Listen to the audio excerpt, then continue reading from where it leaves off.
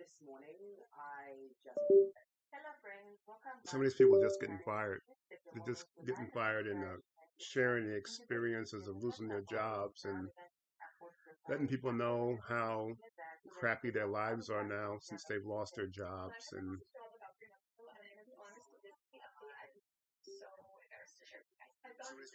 fired. Just getting fired and sharing the experiences of losing their jobs and letting people know how crappy their lives are now since they've lost their jobs. And a lot of this stuff is just funny shit because they just let everybody know what's going on with them. A lot of this stuff is just funny shit because they just let everybody know what's going on with them. A lot of this stuff is just funny shit because they just let everybody know what's going on with them. A lot of this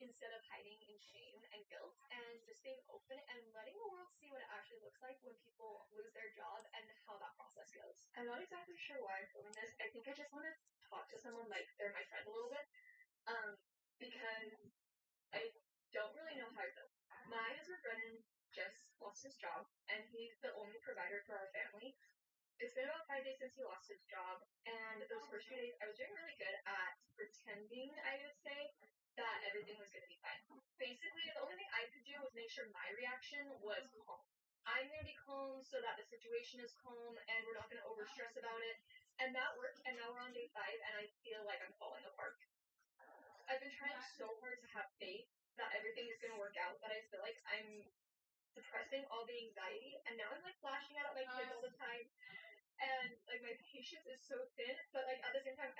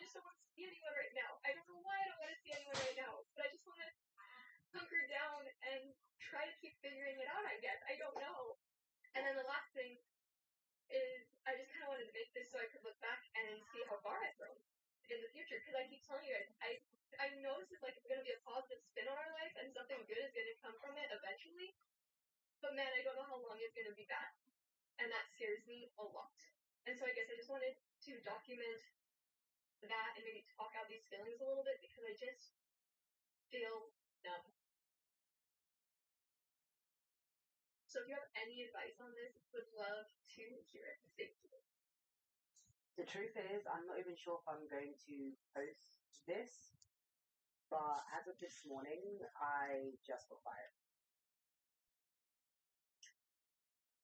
Yeah, I used to work for a tech company as a project manager, and it's been about 9 months, and I got fired. They're saying that, yeah, the reason doesn't even matter. It was, for me, it was a valid. There's definitely others.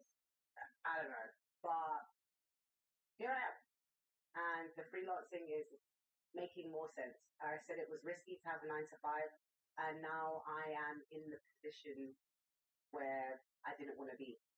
I haven't started my freelancing fully. I haven't fully got into it. And now the thing that I knew was risky, having one source of income, a 9 to 5, has become a reality. It's become a reality. I am now without a job. And I thought I'd be more upset, but God, that job stressed me out. It was wearing me down. It was giving me anxiety to the point where my sleeping pattern was really messed up. There was weeks where my anxiety was so high, I had to start taking CBD drinks and drinking chamomile, things to try and calm my nervous system, because that's how stressed I was getting at this job and how much anxiety it was giving me. So I couldn't be all the way sad or all the way. I couldn't have that much negative emotion towards it because I was on a bigger scale. I was quite happy. I was like, oh, I'm free. That's what happened after I sat, and I was like, I'm free. Like, I'm actually free. No more anxiety. No more worrying about sending out dashboards and being scrutinized, and no more crazy expectations. I am just so relieved, actually. And I needed the universe to show me a sign. Should I be freelancing? I feel like I should have been solopreneuring or freelancing probably my whole career, but I've just never been brave enough to do it. And now the universe has put me in a position where I have no choice. I can't go back to a 9 to 5, and I can't go back to a traditional job. Freelancing is where I want to be. So now that my bills are on the line, I'm going to put everything I have to doing the thing, to freelancing. And I'm excited, actually. I'm actually quite excited. I'm going to start going to the gym more because I don't really have an excuse, so I'm not doing anything. I don't have a job. So I'm going to start going to the gym more. I'm going to start going to the gym more. I'm going to start working on nothing but my freelancing revenues. And I'm going to see where it takes me. So follow me and see where it takes me. Life's too short for a complicated consent banner. The Pivot CNP makes managing consent easy. Switching takes minutes. And our patented scanner automatically detects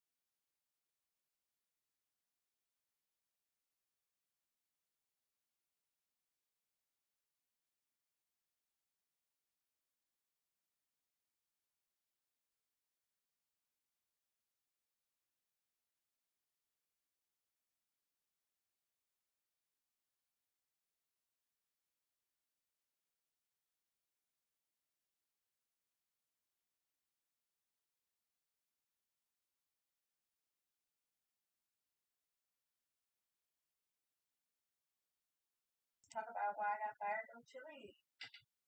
First things first, let's set the atmosphere. I'm standing at the line. There are 2 cooks on the line. The manager is behind me. This is the big part of it, so let's remember that. The manager is literally standing directly behind me. There's 2 employees behind her.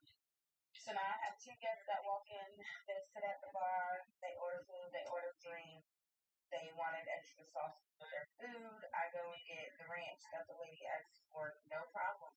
Mind you, it is like 10:45 to close that 11. So the one lady asked for ranch. I go to the kitchen and I'm like, hey, can I get a side of ranch with the Texas fries that you gave me? This cook gives me the ranch, no problem. So then I go back out there. The other lady asked for blue cheese. This is the part that gets good. She asked me for blue cheese. I go to the kitchen and I'm like, hey, can I get a side of blue cheese? The cook says, I already threw all that shit away. I say, well, the customer needs cheese, so I was like, I need cheese, right? He says, well, I ain't got none. So at this point, I'm standing at the line and I'm just scrolling on my phone waiting on him to go get the cheese because I'm not going to go back and forth with you. I need cheese for my guests. Again, the manager standing behind me never tells him to give me the blue cheese. So as I'm standing there scrolling on my phone, the cook says, oh, the fucking crybaby's really waiting on this big cheese. He says this for about 3-4 times before I put my phone in my back pocket and I say, who are you calling a crybaby? I literally just need the blue cheese so I can get these guests out my face. Like, you want to go home? I want to go home. I need the blue cheese. Give me the blue cheese. So we're going back and forth. I'm asking for blue cheese. He's telling me I'm a crybaby. Wait, not blue cheese. Again, the manager standing behind me says nothing. Absolutely nothing. So by this time, we're kind of like getting loud. Give me the blue cheese. Give me the blue cheese. No, I'm not getting the blue cheese. Blah, blah, blah, blah, blah, right? Well, now the manager says to me, hey, shut up. The guests can hear you. First of all, shut up is a bad word in the work industry, right? So I say to her, you're telling me to shut up, the guests can hear me, but the guests can hear you, and the guests can hear him, and you never once got in the situation and told him to give me the blue cheese. Like, you never de-escalated this. This is pretty much your fault. So now she tells the cook to be quiet or whatever. I don't even know the exact words she told him, but she told him to be quiet. But he never shut up. He still was sitting there calling me a crybaby.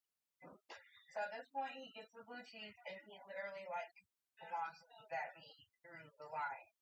And it's not like a flat surface. It's literally uneven, like there's bumps on it, whatever. Well, he launched it to me, and I launched it back to him the same way that he launched the blue cheese at me. And I said, that's not how you hand me blue cheese. Granted, I should have just took the blue cheese and walked away. Yes. But I did exactly what he did. So the blue cheese hit the uneven surface, and it flew everywhere. It literally flew everywhere. So now the manager says, hey, go home. Hey, go home. So I'm like, why am I going home? When he threw the blue cheese at me first, for one. For two, he never even gave me the blue cheese until it got to, like, this point. You never de-escalated the situation. You could have told him to just give me the blue cheese. I had to shut up. So she says, you're going home for throwing blue cheese. I didn't throw it. But just to put that out there, I didn't throw it. I slid it the same way she slid it. She transfers all my tables to herself. I had 3 guests at the bar, and I had at least 2 tables. So she transferred all my guests to herself.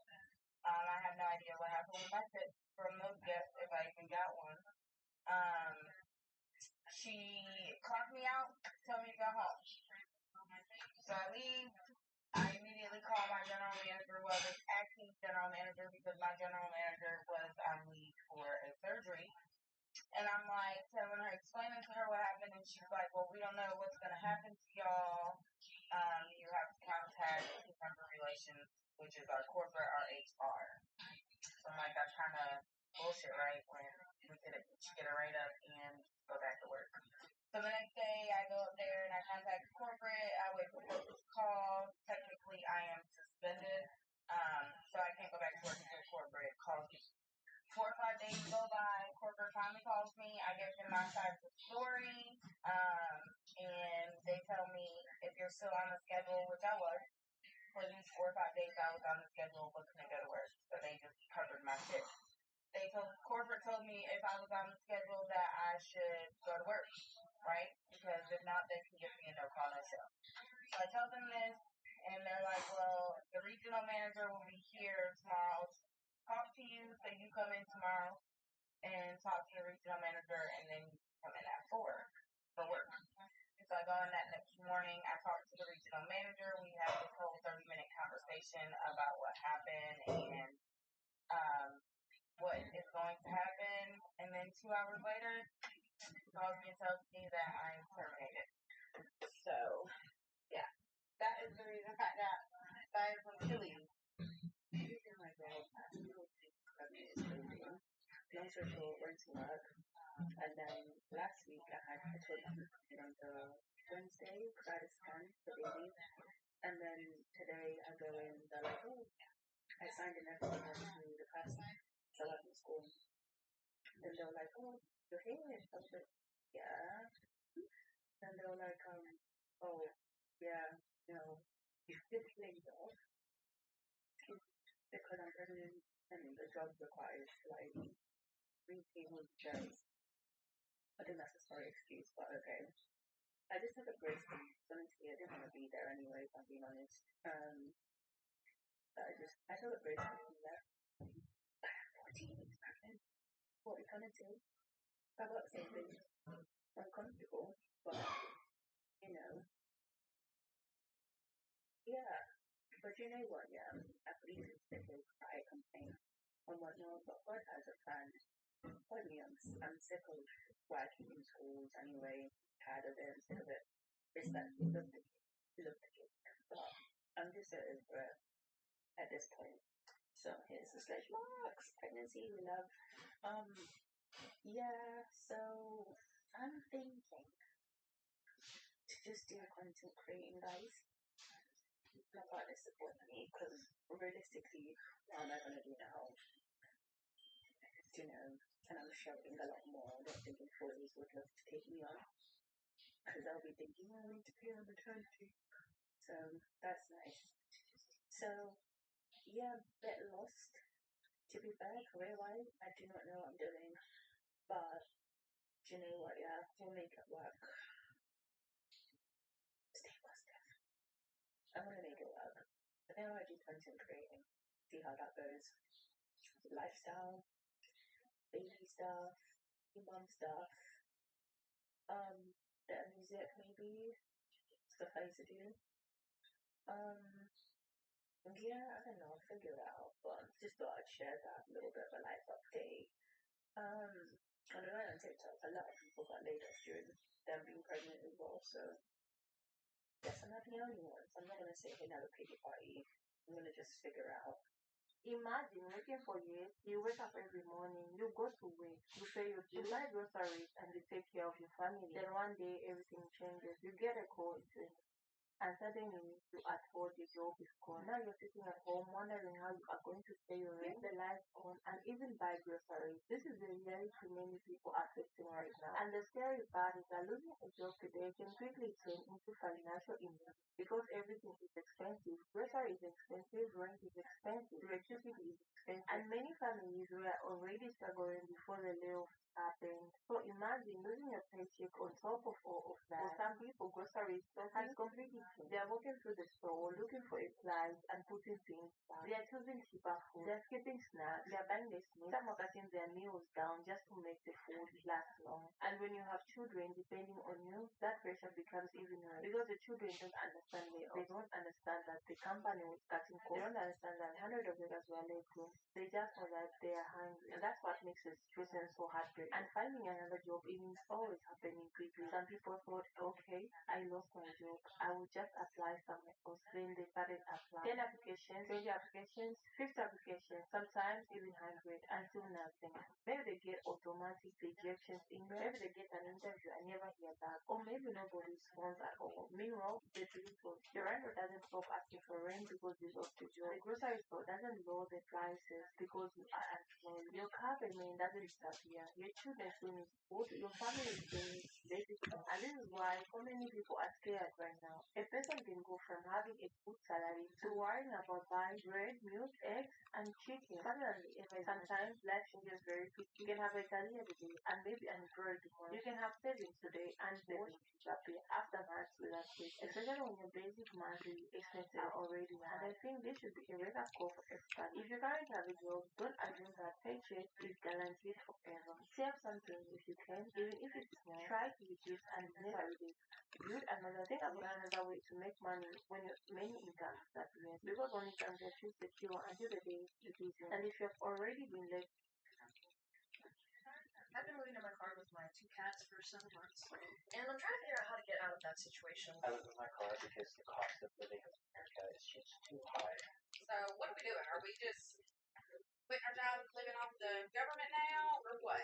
Skyrocketing rent and soaring living costs are crushing every paycheck, driving a whole middle-class generation to ruin and turning their cars into homes. Today, we expose America's #1 financial nightmare. Let's get into it. A stranger just came over to me to check that I was okay in the car park. Now I can't stop crying. Because it's like, you just forget that you're actually human, you know?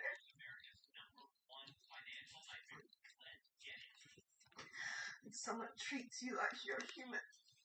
But he just kept saying, I know I'm just a stranger, but you Hey everybody,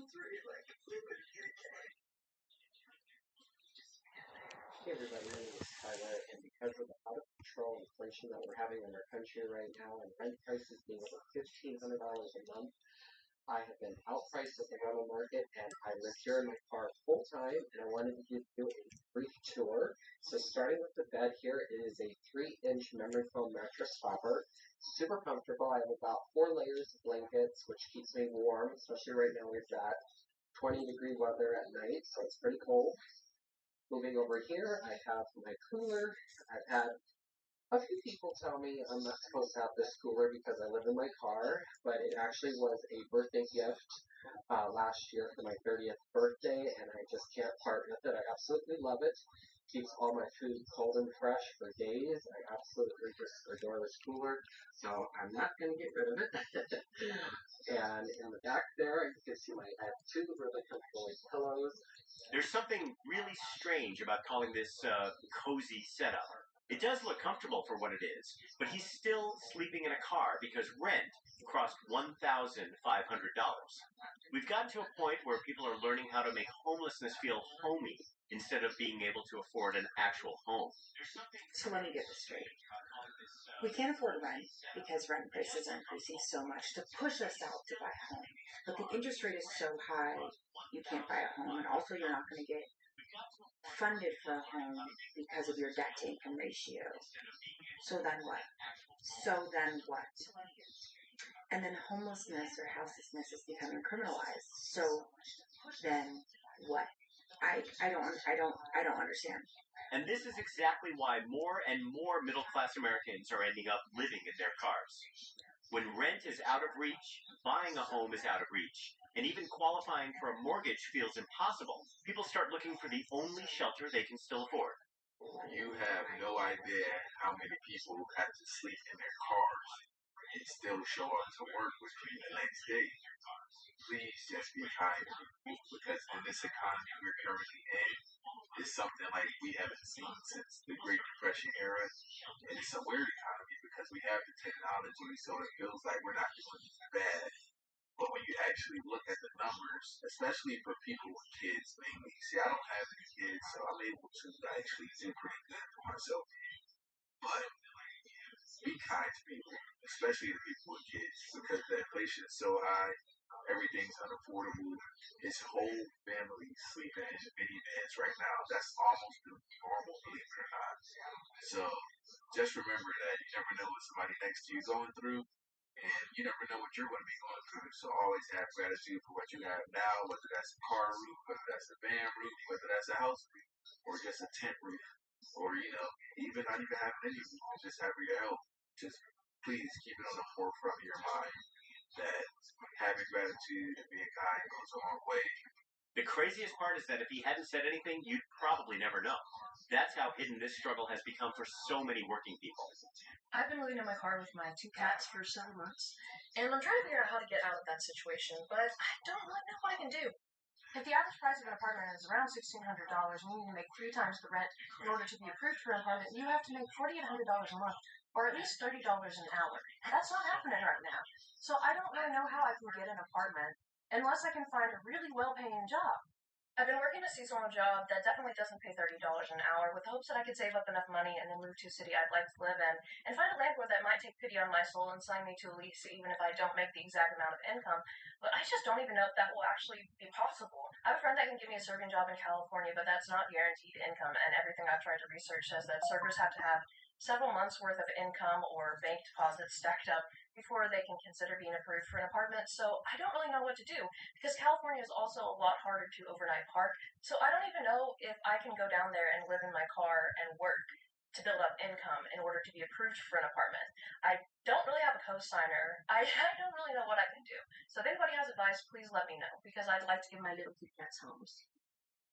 Wait, living out of a car just to keep working a regular job? Man, that's heartbreaking.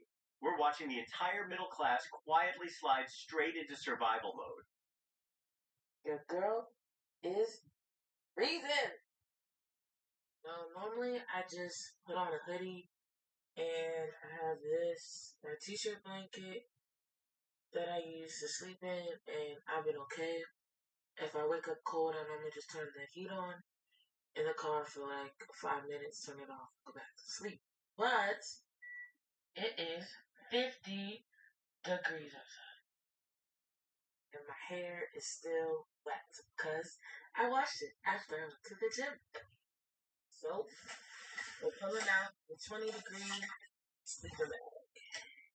This is what it looks like. Let's unzip it. The sleeping bag is about to my stomach, but honestly, this is already a lot warmer. Until my hat, gloves, and other warmer blanket comes, just gotta do it. Good night, y'all. Yeah, this is where car living gets real. You're freezing at night, throwing on layer after layer just to stay warm, and then stressing about where you can park without someone coming over and telling you to move. Having to live like that just to get by? That's rough. I'm parked at a gas station right now. I just went in and washed my face and changed into my pajamas. Now we're gonna brush my teeth. I would normally brush my teeth in there, but I didn't want to use the gas station water. Actually, where is my toothbrush? Okay, I found it. Okay. I really need to throw away all the trash in my car because since I'm in my car all the time, I end up with like empty water bottles in here. So I usually just use a gas station trash can. Take that, Alani. I spilled all my shells on the ground. That's a tomorrow problem. I never even make my bed, but I don't know if I should make it here because I'm at a gas station and I don't want these people to know that I'm sleeping in my car so that they don't like follow me and steal me. And may just sleep in all the clothes back there. I need a toilet sleeping now. I just always make sure that the doors are locked. I usually like triple check. I'm actually gonna back in instead. And I climb back there. Okay, this is the bed. I actually think I like all the clothes on top because it makes it less noticeable that I'm under all the clothes. Okay, good night. Let's hope I don't get stolen. Locking doors thrice and hiding under clothes just to sleep? What kind of twisted society forces people into this fear? If you've been through this, share your story below. Reading this comment actually broke my heart, and there's a reason. It's because it says in 20 years, at least 30% of Americans will be living in cars and RVs full time. Well, let me help you out because right now, private equity has bought up the overwhelming majority of RV parks in the United States. They've also bought up all of the mobile home ones. And then they have extorted the long-term citizens, especially the senior citizens, in the mobile homes they can still afford in the mobile home units. It's been heartbreaking to recognize that even what used to be, so first of all, I grew up in a trailer park, okay? I grew up in a trailer park, and I was poor. And poor people could afford to live there back then. That's the only place poor people could afford to live, okay? And knowing now that private equity has got their hooks into RV parks and mobile home parks have made it that even an unrealizable dream for the American middle class, to take mobile homes out of reach of the working class of America. That's what's happening in real time right now. It is horrifying. And there's not a good way to do this. There's no good way to fix this except to get in there and let them all bankrupt themselves, not bail them out, and rebuild. We have to demand more. We have to. But this, cars, maybe, but I promise you they'll find a way to monetize the lots we can park those on too. There's simply going to be nothing left. It is alarming how private equity buying up RV parks converts the working class's last safety net into a forced, never-ending struggle. I climb in and get comfy and lay down. At first I was nervous when I built it that I wasn't going to have room, but it's actually very comfortable. I can twist and turn without being interrupted by this bar up top. At night when I close the door, I put my pillows on the side, and it almost insulates the vehicle more, and it also creates more of like a comfy environment. When it snowed, I laid like this, and I had my blanket over me, and it was very calm and serene. When it was cold in here, I had the reflectix up, and that would help a lot with the coldness coming through the doors. In the summertime, it's been getting a little hot, and I use this USB fan, which is very helpful. I just plug it into any USB power source or even my car and let it run to get some airflow, because I don't have a max air fan in a small car. And then I also can peek the windows open and use this mesh that I have and put it over the windows. During the night, I put my cat's water bowl and dish up here. And I'm going to my toilet right in the middle. Living with IBS is no joke, and when you have to go, you need to have that emergency source so that you don't have any accidents. You're probably wondering how this works. How do I sit on my toilet inside such a small vehicle? Well, I make do with what I can, and I'll show you how.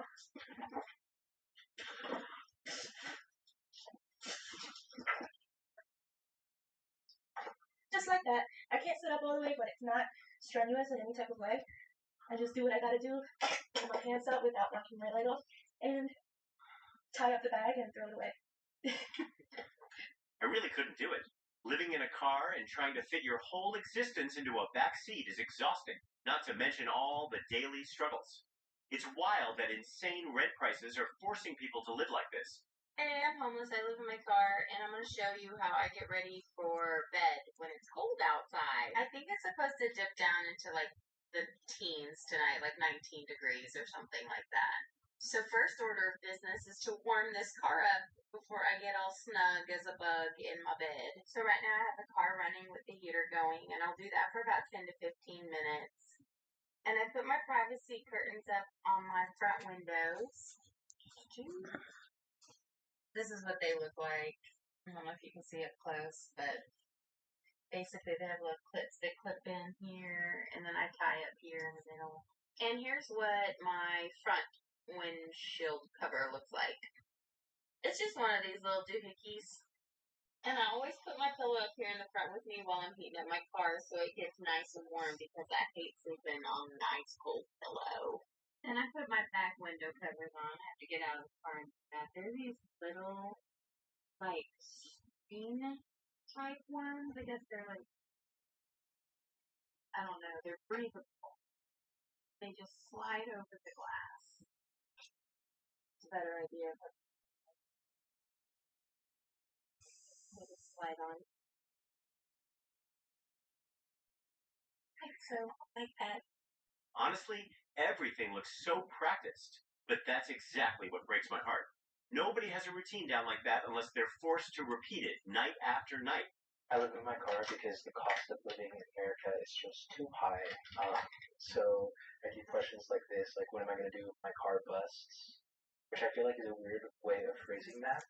But if my car does break down, I'll just get it fixed. And if it's a repair that costs more than $1,000, then I am just going to get rid of the car and then to Europe and start a new life there. It's pretty simple. I have nothing tying me down to America. Wait, so the backup plan for a $1,000 car repair is moving to Europe? I mean, that's one way to avoid a mechanic's bill. But it also shows how fragile this whole setup is when your car is basically your house. I lived in my car for 2.5 months around this time last year. And the only things I could eat was McDonald's. Well, forced to eat was McDonald's and Waffle House every single day. It would either be an All-Star or I would get 2 cheeseburgers and a small fry from McDonald's. And I might add a cookie to that too, if I work hard enough that day. And some nights I would wake up in the middle of the night because my feet would be frozen cold. Now I have my own apartment. I used to make $2,200 a month. Now I'm making over $5,000 a month. And here's another problem with living in your car. You don't have a kitchen. So even if you're trying to save money, you're stuck buying food on the go.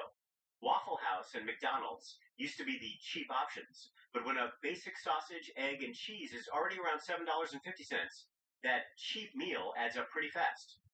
I just want to rant for a second. So I got a $3 raise. So now I make more than 3 times the federal minimum wage, right? I make $25 an hour.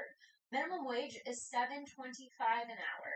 Now, with that said, since I make $25 an hour and I work 40 plus hours a week, that means that 30% of my gross income is about $1,200 a month. That should be how much I can afford in rent. So I tried to put together like a little budget for myself to see how I can make it to where, because that's my gross income, 30% of my gross income. That's before taxes. My income after taxes is literally $2,800 a month. Okay, so apparently I can afford $1,200 a month rent, not including utilities. Off $2,800 a month. Okay, cool. So I put all my bills together. I did $1,200 a month for rent, even though, guess what? You're not gonna find a single place for $1,200 a month in my area. You won't even find a studio for that much. Like, people are renting out like rooms in their homes where you share a bathroom with them for over $1,000 a month. I actually feel for her here. She did exactly what people always tell you to do. Look at your income, calculate your rent, build a budget. Then she went looking for a place and found out the numbers don't match real life anymore. I live in my 2006 Honda Accord, and this is what it's like to wake up in a 24-hour Planet Fitness parking lot. I start by getting dressed, and then the longest part of my morning routine is always taking down all of my window coverings, but they are essential for sleeping in my car, so I do it. Then I climb over into the driver's seat and take down my window coverings there. I actually already went into this Planet Fitness last night to take a shower, for all of you who say that I don't shower. So this morning I can go ahead and leave straight away and drive to Panera Bread. But first, the bathroom. Obviously, I used the restroom and washed my hands. I brushed my teeth in my car. I don't know, like, that's weird to show on camera. I don't know why y'all are asking to see that. Anyways, now it's time to drink my hot bean juice to wake up and get some computer work done. So I use this as an opportunity to charge some of my electronics. And she's still paying for all those fees outside the car, you know? Like, does that even make sense when you're literally living in a vehicle? Right now, I am in a casino parking lot sleeping tonight, and I want to be kind of stealthy. So I put up all my window covers, and I try to make it look like there's no one living in the van. So I'm going to show you how I do that. The first thing I like to do is make sure I put all of the window covers up on all of the windows in the van. Already up in the back here and on the side, and then I'm going to put them up in the front as well. This one is honestly such a big spot. It's so big. That one like kind of stands up, but we use a ruler just to like prop it up more. Yeah, it's fine. This seat swivels around, so I like to turn it just to have somewhere extra to sit. I have one more window cover that I just sit up here. And then I make sure that I have all of my like chores done before I camp at a spot like this. So I emptied out the gray water a couple days ago. I took out the trash today. I went grocery shopping. So I really have no reason to even leave the van for the rest of the night. With all the window covers up, for the most part, it's pretty blocked out. When it gets super dark out, you can kind of see through this side curtain here. So I like to turn the lights off. I have these string lights that are just, not as bright. So I like to use those at night. And yeah, that's how I shut down the van at night. I'm going to cook some dinner and then watch a movie. All that work just to make sure nobody notices you're sleeping in a parking lot. Cover every window, lock everything down, deal with the trash and wastewater, then finally turn on those little lights and pretend it's home. If you want more real stories behind this housing crisis, hit subscribe and stick around. My name is Alexis, and I live in this minivan. Today I'm finally going to give you a tour of the inside. This is Midnight Rain. She's a 2008 Toyota Sienna. And this is my home. I've had her for just a couple of months now. So just to give you an idea of how I put all of this together, this is a camping cot with an 8-inch memory foam mattress on top of it. This is a toy box I got on Amazon, and it houses all of my clothes. And Toby usually sleeps up here. I have this water bowl here so he can reach it. This curtain was also an Amazon find. It was $30, and it fits so perfectly in here. In this corner over here, I have this, which is where I normally sit my tablet so that I can watch TV. And then I have some journals and books in this corner. I have 4 of these purple tubs stacked up for storage. I got each of these for $5 at Walmart. They are full of random things, like this one has sweaters in it, and I think this one has some bathroom stuff in it. I have a cooler here, but the only thing in it right now is bananas, and then the trusty V8 energy that I am addicted to. This is Toby, the love of my life. On the back of the driver's seat, I have an organizer with a lot of stuff that I use all the time, like scissors There's some bug spray here. This is the dog's bowl and the dog's leash. I have some like poop bags down here. Under the seat here, I have a first aid kit. Please don't mind the rug. I don't know what I was thinking when I got black carpet, and the vacuum I have is just not strong enough to pick up all this little shit on the floor. And then under the bed, this is dog food and dog sweaters. This one over here is like bathroom stuff that I use all the time, like Q-tips. There's baby wipes in here. Okay, so she's got a bed, storage, a cooler, a fan, entertainment, and even space for her dog. Honestly, she's done a really good job with it, but think about why people are putting this much effort into turning a minivan into a home. Rent doesn't just take your money anymore. It takes away your options too. I've lived in my car for about 9 months now, and here are 3 things that I think are non-negotiables if you're planning on moving into your car. First one is tinted windows. I don't think it's a good idea to move into your car unless you have tinted windows. And I do understand that tinted windows can be very expensive, but I beg you to please find a way to pay for them because it's just not safe without them. Number 2 is a gym membership. This is where you will shower. This is where you will brush your teeth sometimes, where you will work out for the day. This will make all the difference in your happiness. Please get a gym membership. Preferably a gym that's open 24 hours, 7 days a week. When I'm traveling, I go for a Planet Fitness membership. Not all of them are open 24/7, but some of them are, and a Planet Fitness membership is only $25 a month. And when I'm not traveling, I just use a local gym. If there is not any gyms open 24/7, any gym will work, although 24/7 is preferred. And number 3 is window covers. Please get window covers. This is also another safety thing. You don't want anyone to be able to see in your car. You don't want anyone to know that you live in your car. So yeah, she's figured out how to make car living work long term. But just because you can make it work doesn't mean it's easy. When a gym membership, window tint, and curtains become things you need just to live, housing costs have gotten seriously out of control.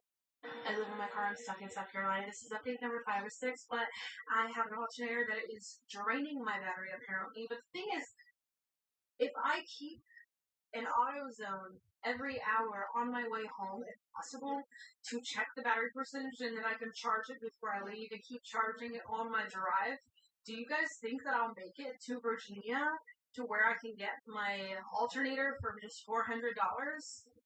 Do you think that would be worthy? Because I feel like that would be great. Instead of the quote of $1,400 that I was quoted here in South Carolina by the same dealerships. So, please, someone give me some advice here. Do you think that would work? Exactly this. The second you lose the safety net of 4 real walls, every basic human need becomes a high-stakes puzzle. High rent is a huge problem, but living out of a trunk isn't some clever life hack. It's just a crisis managed in real time. I'm going to show you guys my nighttime routine as a homeless person living in my car. So right now, I just ordered PJs for my dinner. I ordered a kids meal spaghetti with fries on the side and a small little drink. And this was only $8.99, I think. And I feel like I got a lot of food for it. Like, let me see if I can open it. There's the spaghetti. I feel like that's a lot of food. And then here are the fries. They look good.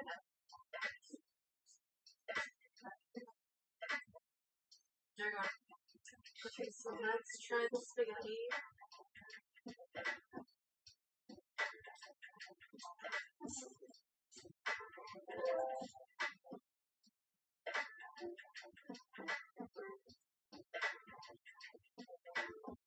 It's good.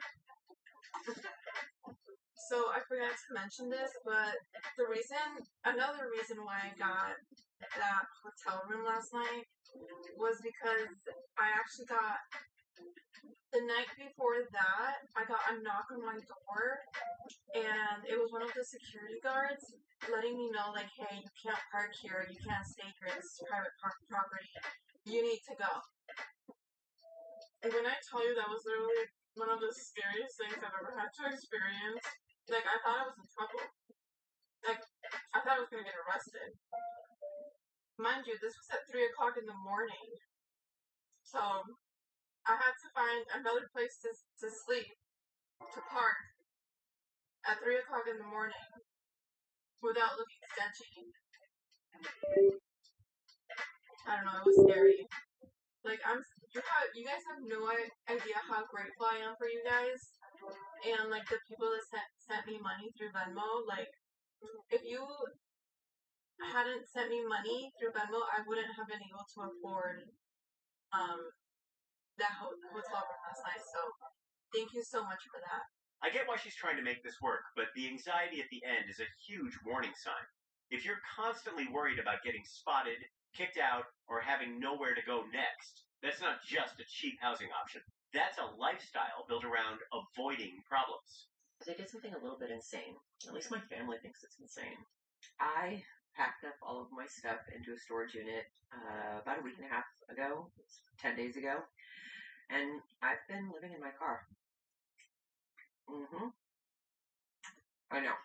I'm going to explain a brief timeline of how I got here.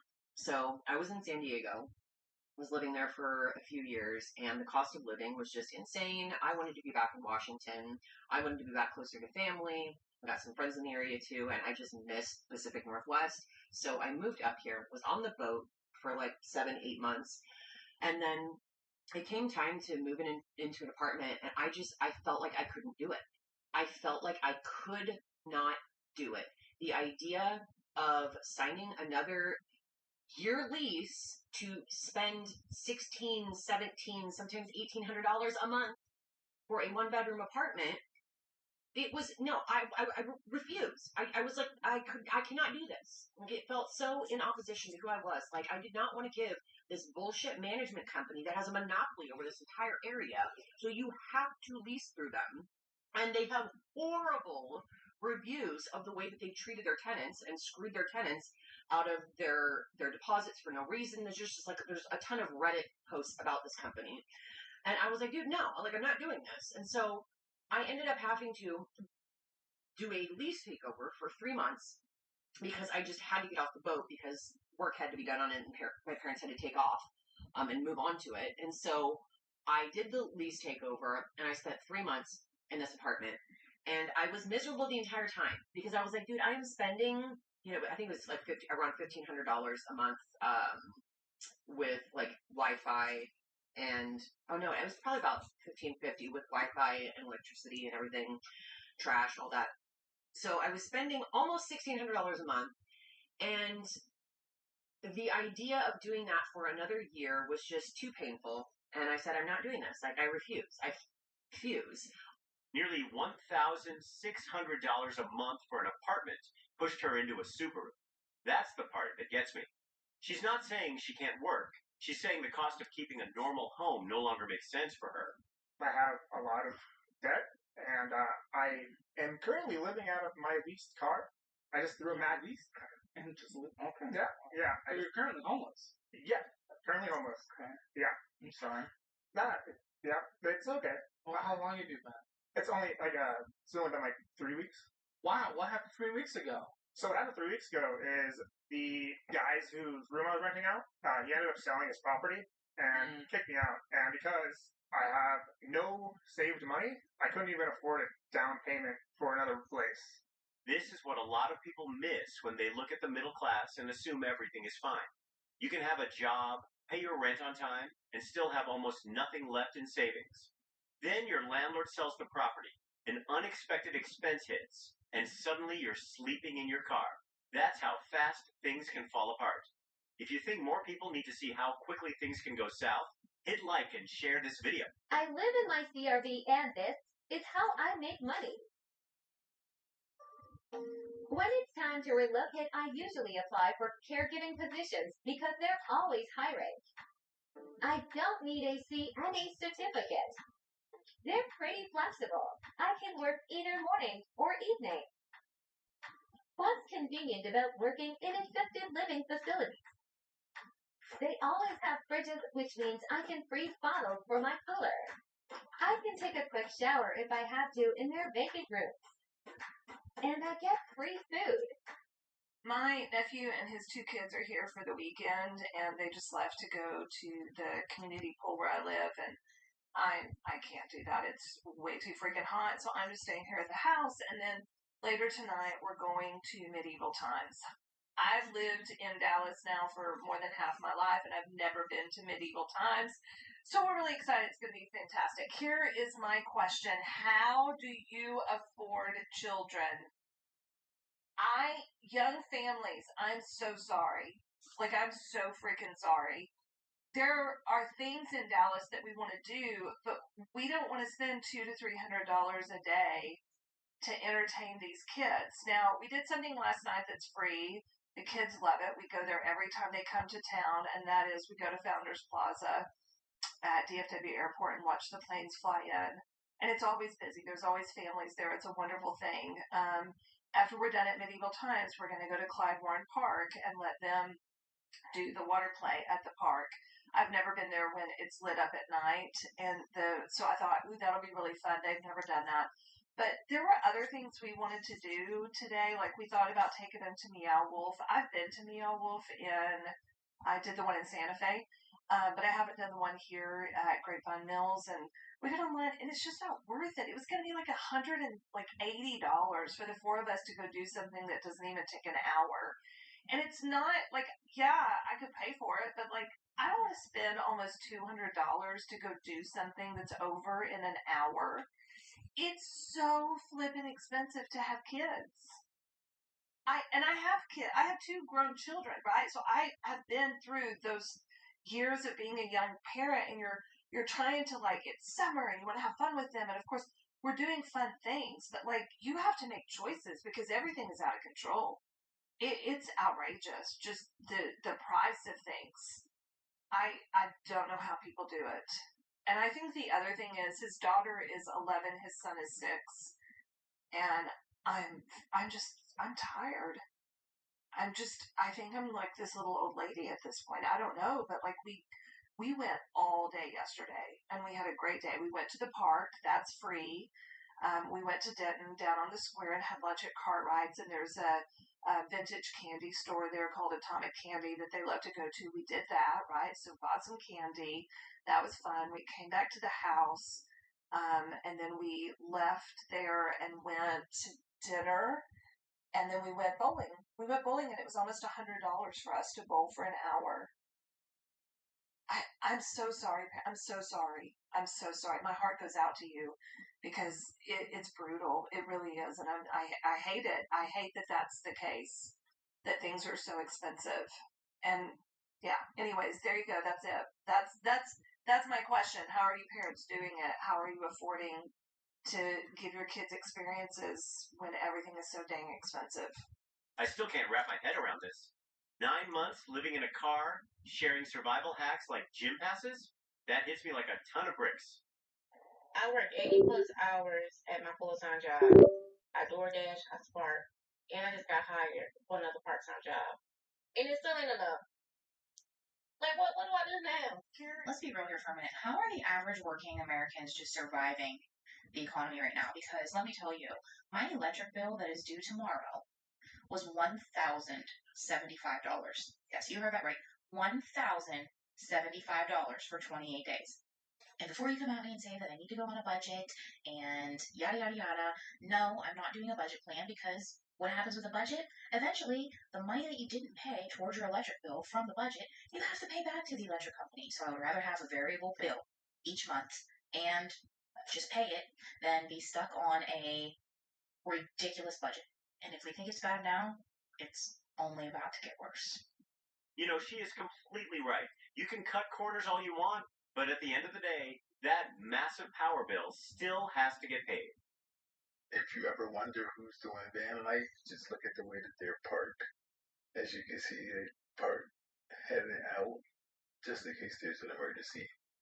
I like to park headed in because I really don't give a shit. But as you can see, guys, it's a lot of people that do van life. It's a very common thing now.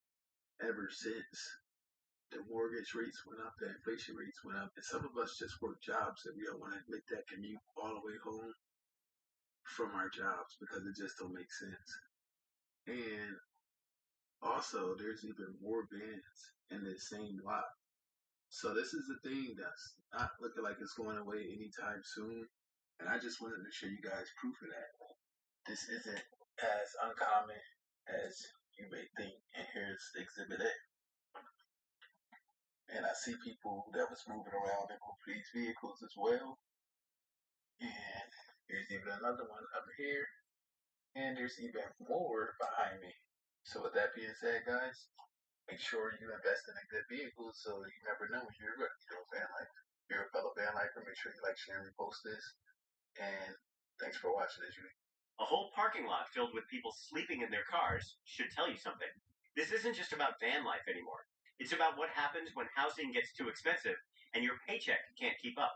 56 in the mud, and today's schedule was stacked. We got a lot to do. Of course, I start my day off with something green. After breakfast, I had to drive to the gym. I gotta put it in. Today's session was fortunately easy, and I completed my workout at a record pace. Woo, I'm getting fast. But the day is just getting started. I don't have a video ready to upload, and remember, we upload daily. I proceeded to record a voiceover, uploaded the files, and edited pre-recorded footage because real hustlers are always ahead of the game. Gotta stay ahead. But later that night at work, I felt finished myself. I don't know, bruh. This is getting to be a lot. I'm about to actually go home early. I did enough today. On my way to clock out, I get a text message from my future self. Big man, remember, it's not about getting enough done. It's about getting it done. Always finish through. He's right.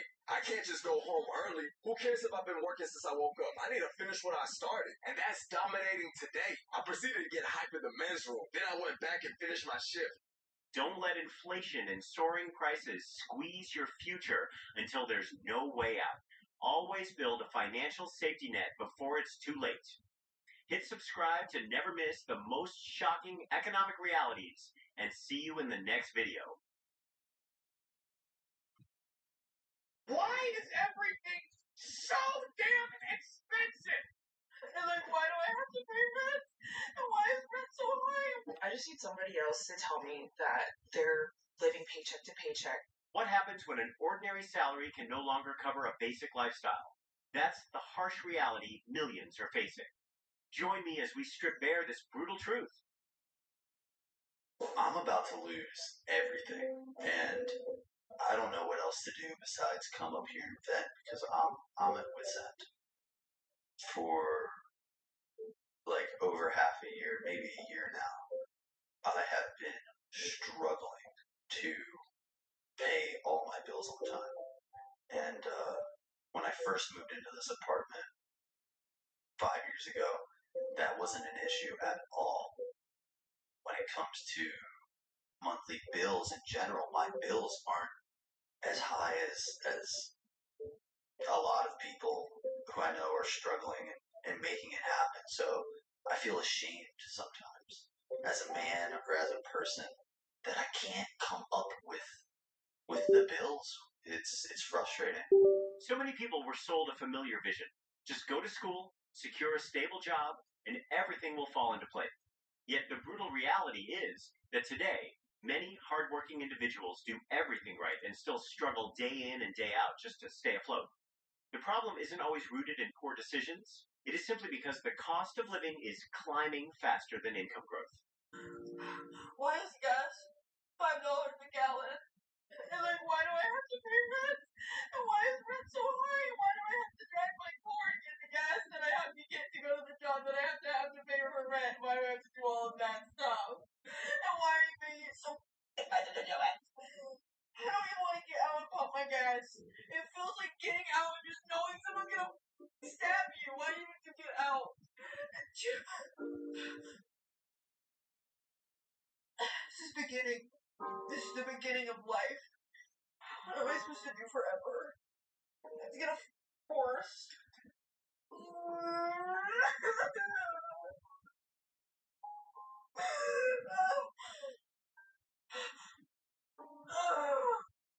Why is everything so damn expensive?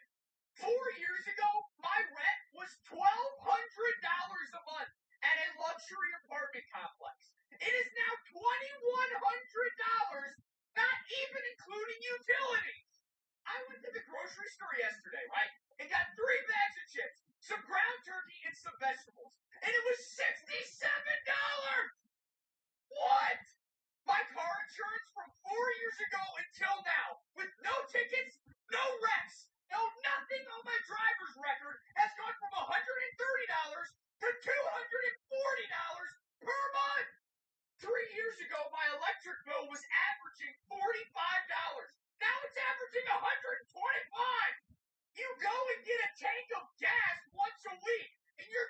I mean, a guy can't even buy a can of dip for less than $8. $8 for a can of dip? What the is going on? Let's see what this month's electric bill is. Last month it was $527, and that was before the snowstorm.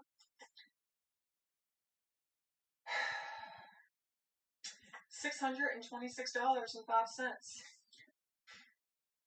Unbelievable. Honestly, I'm a little relieved because I was thinking it was probably going to be at least $800. $626 for an electric bill. My energy usage. Okay, so I have a base monthly electric charge of $25. Then my energy usage, $134.48. Then the electric power recovery charge, $459.58. For a grand total of $619.06. County tax of $1.50, state consumption tax of $5.49, total amount due $626.05.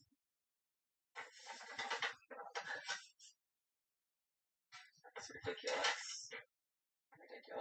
$626. I find it strange that people look at a $626.05 electricity bill and feel relieved simply because it didn't hit $800. The real issue is that actual electricity usage makes up only a small portion of the bill, while infrastructure recovery charges account for most of the total.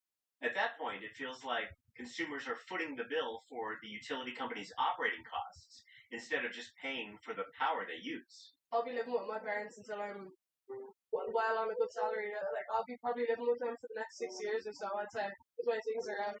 No, I think it's way too expensive. I have friends who I grew up with here and who would love to be able to move back to Ireland to be closer to their family.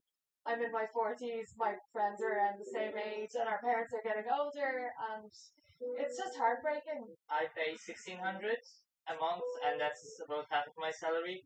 So, I mean, I can manage. It's a very, very small place. You can stay there.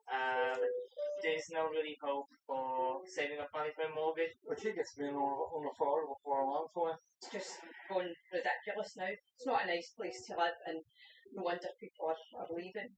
Well, I'm on my way to the bank. I go once every 2 weeks because I can't afford groceries. I mean, I have a decent job. I actually do, but I cannot afford groceries. And it's not depending on the number of kids I have or how much my rent is. Literally, inflation is awful right now. I cannot afford to live. And I'm not the only one who's struggling with this.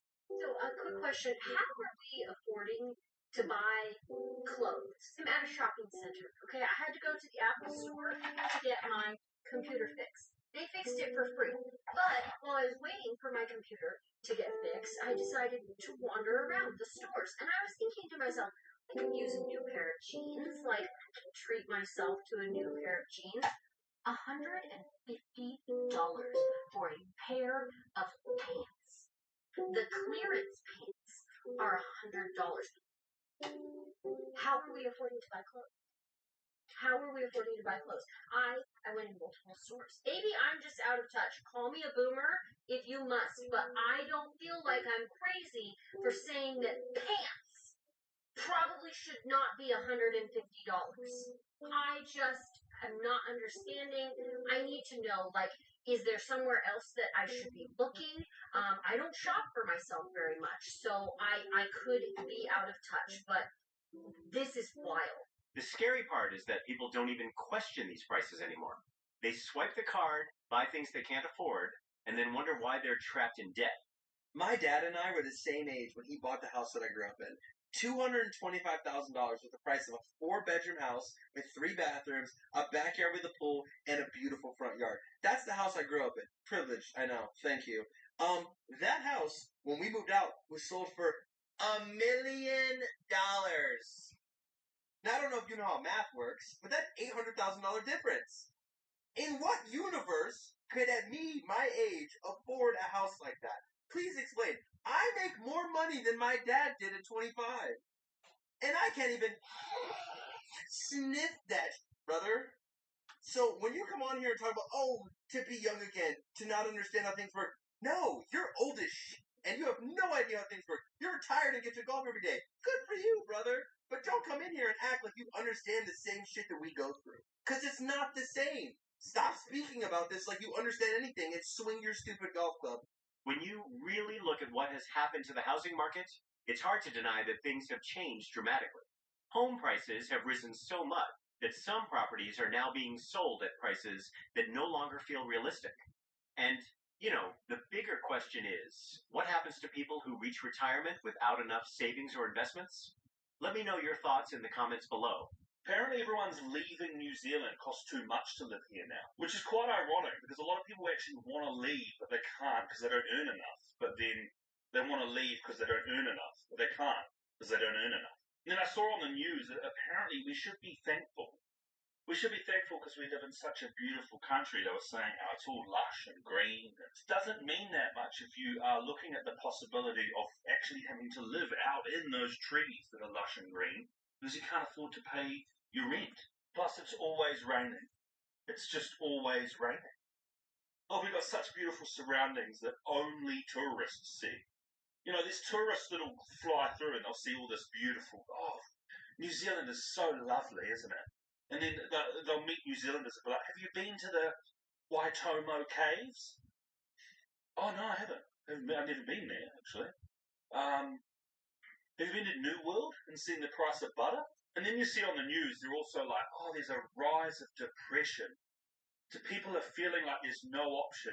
I wonder what's the cause. And it's bad when you're looking down at a meth head alcoholic sitting outside a dairy and they got a little cup of change and you think to yourself, I wonder how much that pays. Is that a good option? Is that a viable option, you know what I mean? It pays more than working at fucking New World or Countdown or something. But anyway, according to the New Zealand Herald, we should be thankful for living here. We should be thankful because it's so lush and green, It makes all that extra rent and power cost and petrol and the tax they slam at you in every direction.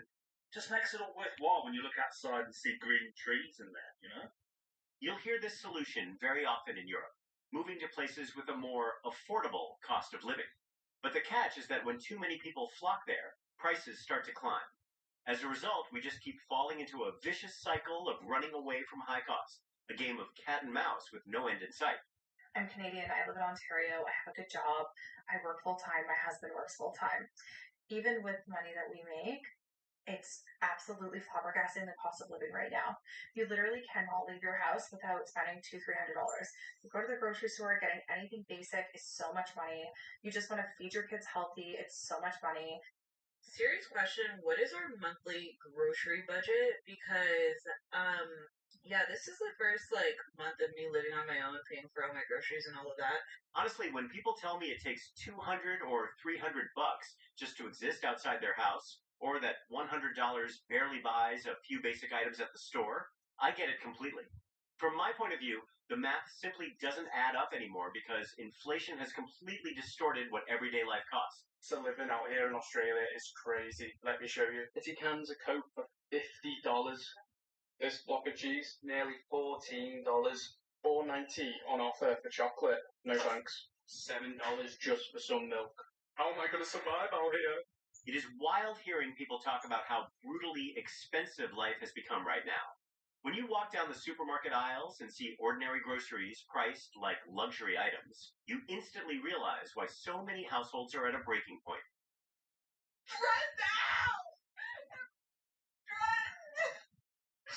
We should not be working like this. I work my ass off and I can't even pay bills. And they always say don't compare yourself to others. But I see people going to Coachella and buying all types of spoilers, cute money, and I'm over here getting paid for rent, bro. Somebody needs to explain to me why I can't afford this ground beef. I'm going to the supermarket, okay? Because I'm looking for some ground beef for my lasagna and also for my spaghetti. Okay, the ground beef, why is it $30? Who can afford that? And don't get me started on the chuck roast. The chuck roast is like $15 per pound. You guys, that is insane. What happened to groceries becoming more affordable? What the hell? That's an affordable line. Like, I am so disgusted right now. They're the cancel because I can't even afford the beef for the dang on lasagna. I'm going to show you the craziest thing I've ever seen in my entire life. You ready? This is our electric bill for 1 month. We live in the beautiful state of Connecticut. Our total supply that we used for the month was $236.71. The transmission was $87.01. The local delivery, I don't know how the fuck they deliver it, but we have to pay for it. It's $175.16. And then we have a thing called public benefits. So this is the people who can't pay for their electric bill. And we pay for it. It's $227.76. So I'm paying to keep somebody else's lights on. Excuse me, what? Make it make sense. And let's check out the comment. I live in Connecticut too and heard that public assistance charge ends in April. Praying that's true because all my heat is off except 2 rooms and my heat was $949. I hear it's because Connecticut is overseas. That public assistance charge sounds like a class action lawsuit. Paid my bill on the 31st. They sent me a customer survey, and when they asked for additional suggestions, I said, pay your CEO less. His $18 million plus per year salary could pay those extra fees. Well, how awfully generous of you to adopt a complete stranger's electric bill just so the Eversource CEO can comfortably buy their 3rd super yacht.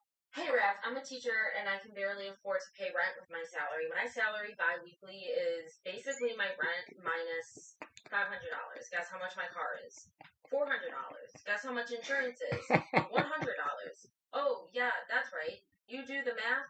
I'm left with owing money at the end of the month. That's not even with groceries. Holy... That's not even with groceries. I realize every single month I'm transferring money out of savings into my checking, and I am not. Just had the realization in the car that I'm actually going to go into debt if I continue being a teacher. Like, genuinely. Wow. Oh, I'm like literally having a crisis right now. I'm going to have a panic attack right now. I can't do this. I literally cannot do this. Knowing every single month that most of my money is literally, like, I don't have money. Okay. I don't know how I'm going to pay off my credit card this month. I don't know. All right, well, Rats, peace and blessings, and I hope you can afford your rent today. And groceries, and your car, and insurance, and life. Bye. If your paycheck is gone before you've even bought groceries, the problem isn't your budgeting. When a full-time teacher with a college degree has to dip into savings every pay period just to get by, it's a clear sign that wages are falling behind the real cost of living. And look at these other examples. How much my paycheck is as a Texas teacher of kindergarten and what I do with it. So my direct deposit hit today, it was $7,500.81. I did pay the rent at our condo because I am responsible for that. That was $3,581. Some change. I'm just going to round everything up here. My utilities for the month at the condo were $1,200. My gym membership is $251 a month. I had groceries delivered this month twice for a total of $548. I did not have enough money this month to move anything to savings. The payment on my G-Wagon is $1,548. I didn't do anything for my kids this month because it was a tight month. As you know, teachers do not make a lot. And then I did get my hair done twice and my nails, totaling $500. I didn't get gas this month. That was my husband's bill.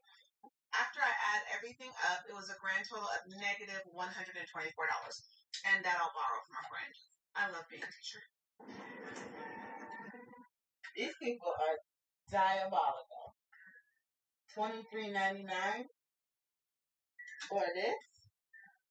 Who gonna buy this for $24? Get it together.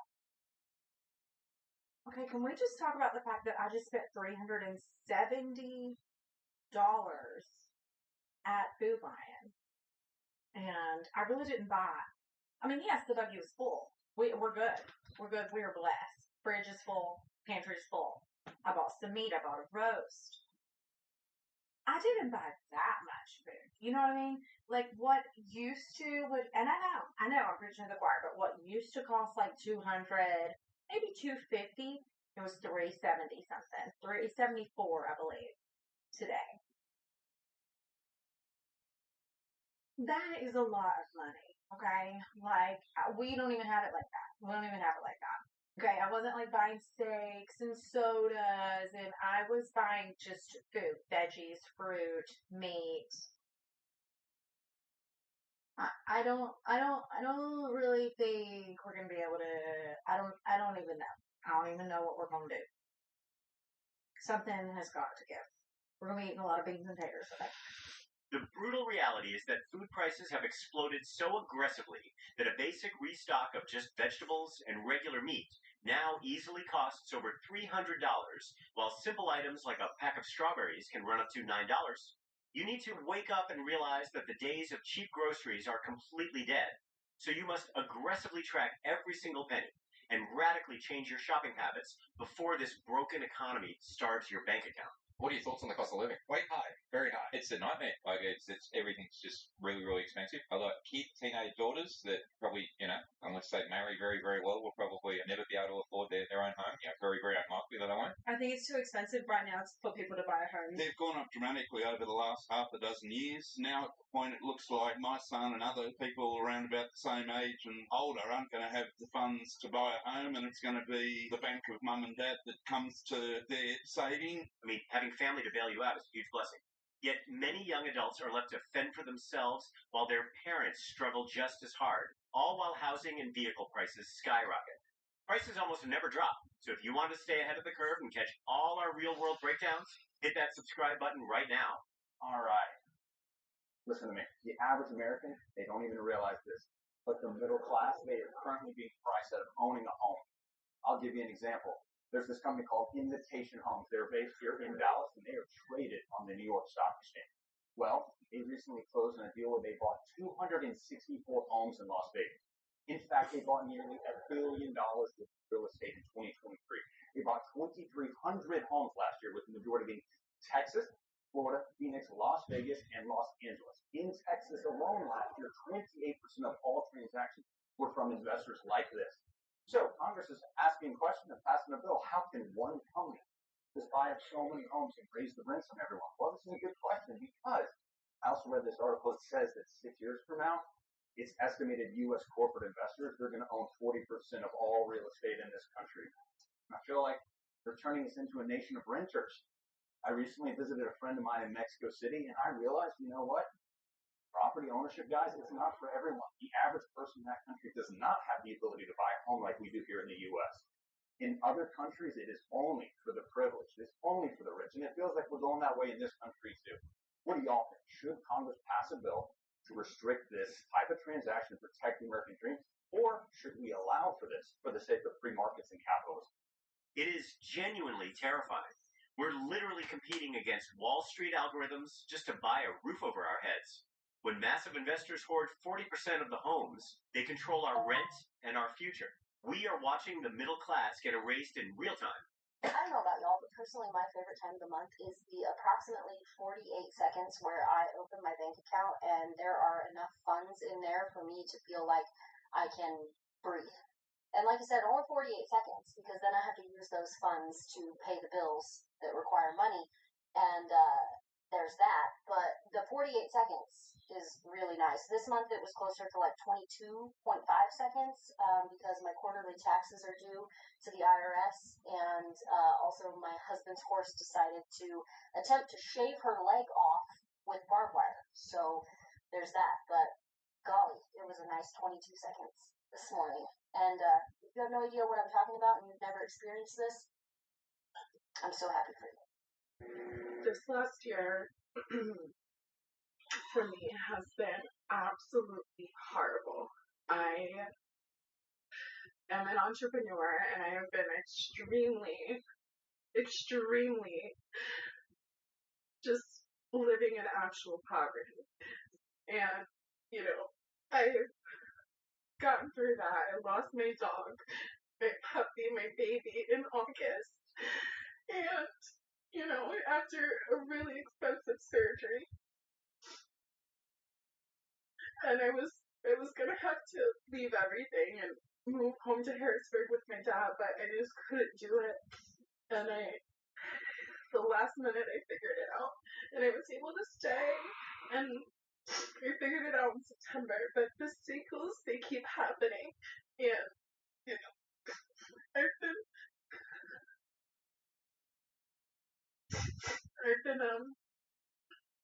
struggling again, and I was banking on a huge deal that I worked so hard on, a big real estate deal that yesterday the girl backed out. We were supposed to close tomorrow. And then yesterday my car battery dies. Mind you, I have $0. I can't afford to eat, literally nothing. I have $0. And my car battery died, but I was able to fix it. But then I come out this morning and I have a boot on my car, and it's the same thing that happened in July. And it's just like, God continuously is just kicking me when I'm down. And it's a cycle that just keeps happening. And nobody, like, the people in my life, just the person in my life is just horrible. And I just can't do it anymore. And I'm making this video because I literally have nothing left to fucking lose, and I don't have anybody to talk to, and I'm at my wit's end. Like, I don't know how to keep going, and I just pray that I can look back at this one day and just think,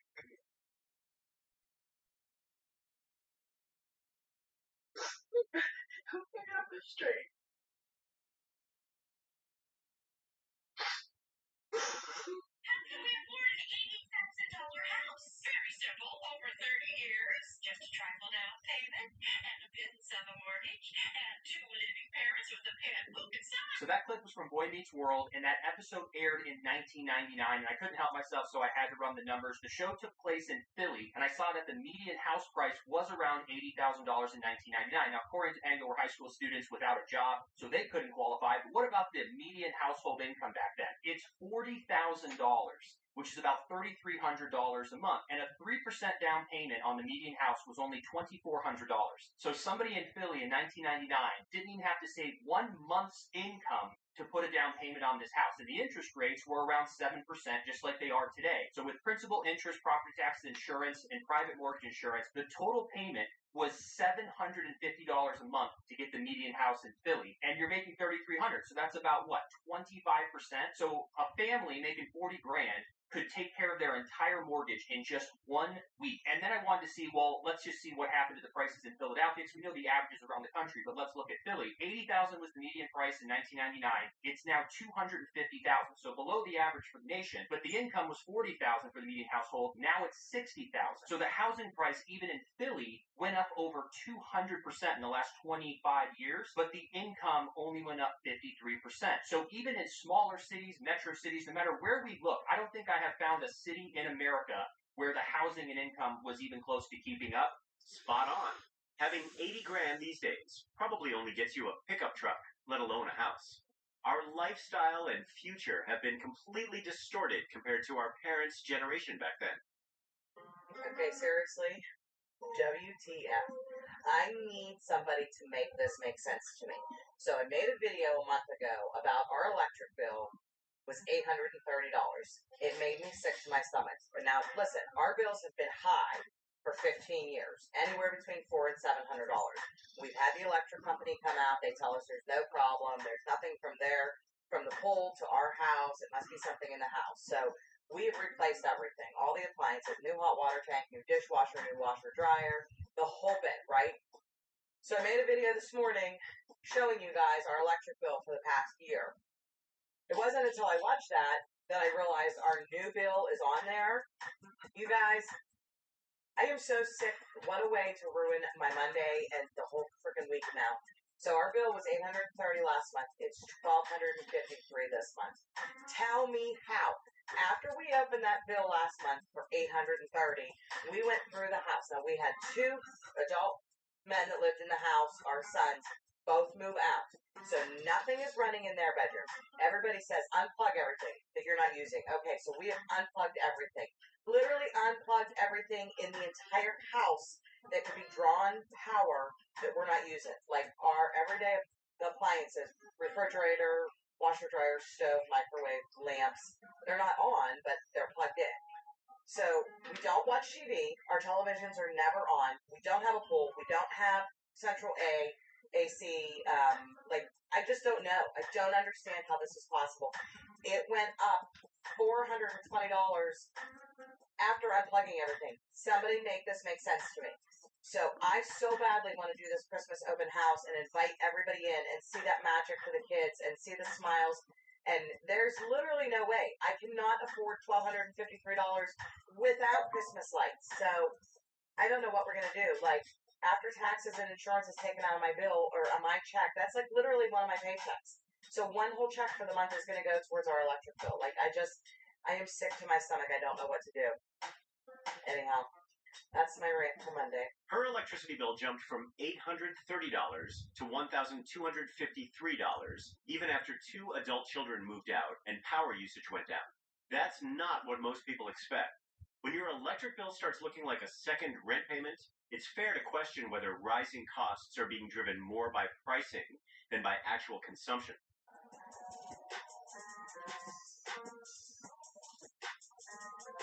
Are you serious? I can clearly universally agree there is an unaffordability crisis in the U.S. It is by far the worst here in New Jersey, where 44.1% of young adults still live with their parents. To put it into context, it is more affordable for young adults to live on their own in Hawaii, which is at number 15, than it is to be in New Jersey.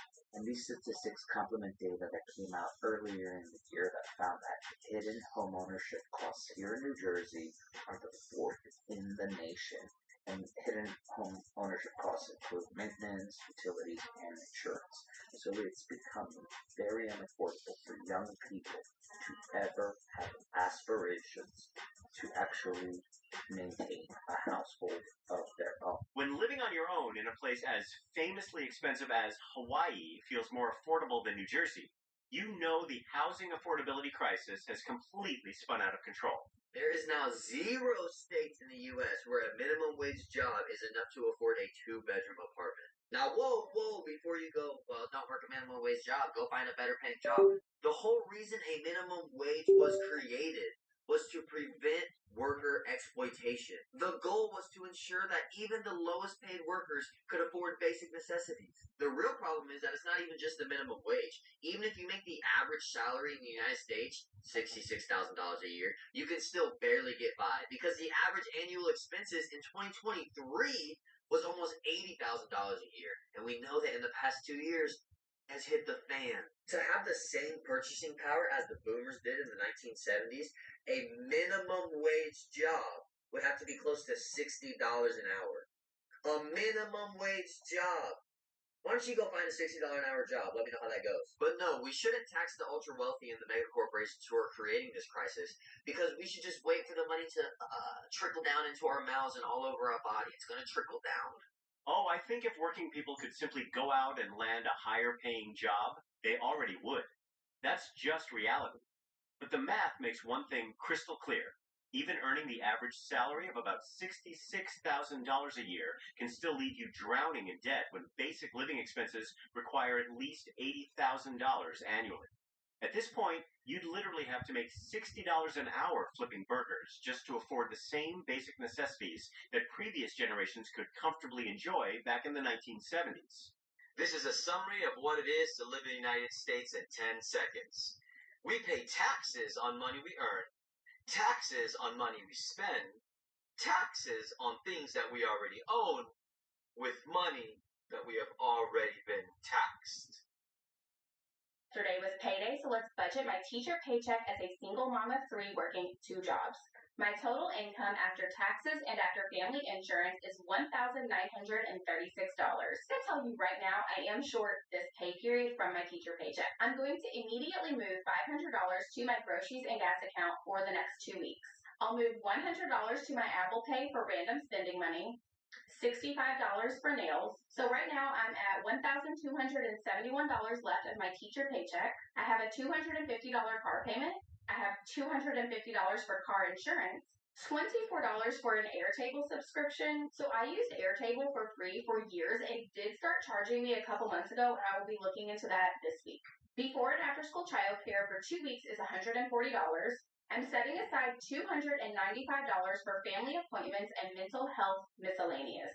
I have a credit card payment of $100, now at $212 left of my teacher paycheck, $12 for Planet Fitness, and maybe I should cancel because I do have workout stuff in my basement, $85 for my daughter's dance tuition, $6 for the Greenlight debit card plan for my boys. Okay, so now we're at $109. My water bill does come out this month. I budget for $250, so if it's less than that, I'll add the difference to my kids' sinking fund or a travel sinking fund. We're definitely in the negative now. Rent is $1,500. So here we are at negative $1,641 for my bills for the next 2 weeks. No worries. So I'm going to move that exact number from my reserve account to my main account to pay for those bills. I took my kids to lunch today. It was $186. $186.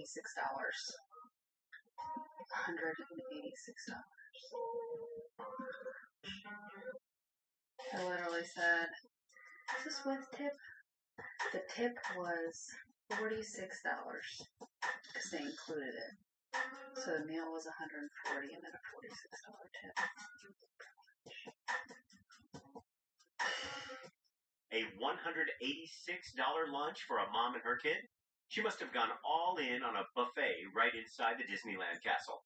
And if you're also wondering why restaurant prices are skyrocketing these days, like and share this video to find out with me. Middle class cannot afford it anymore. I think that is by design.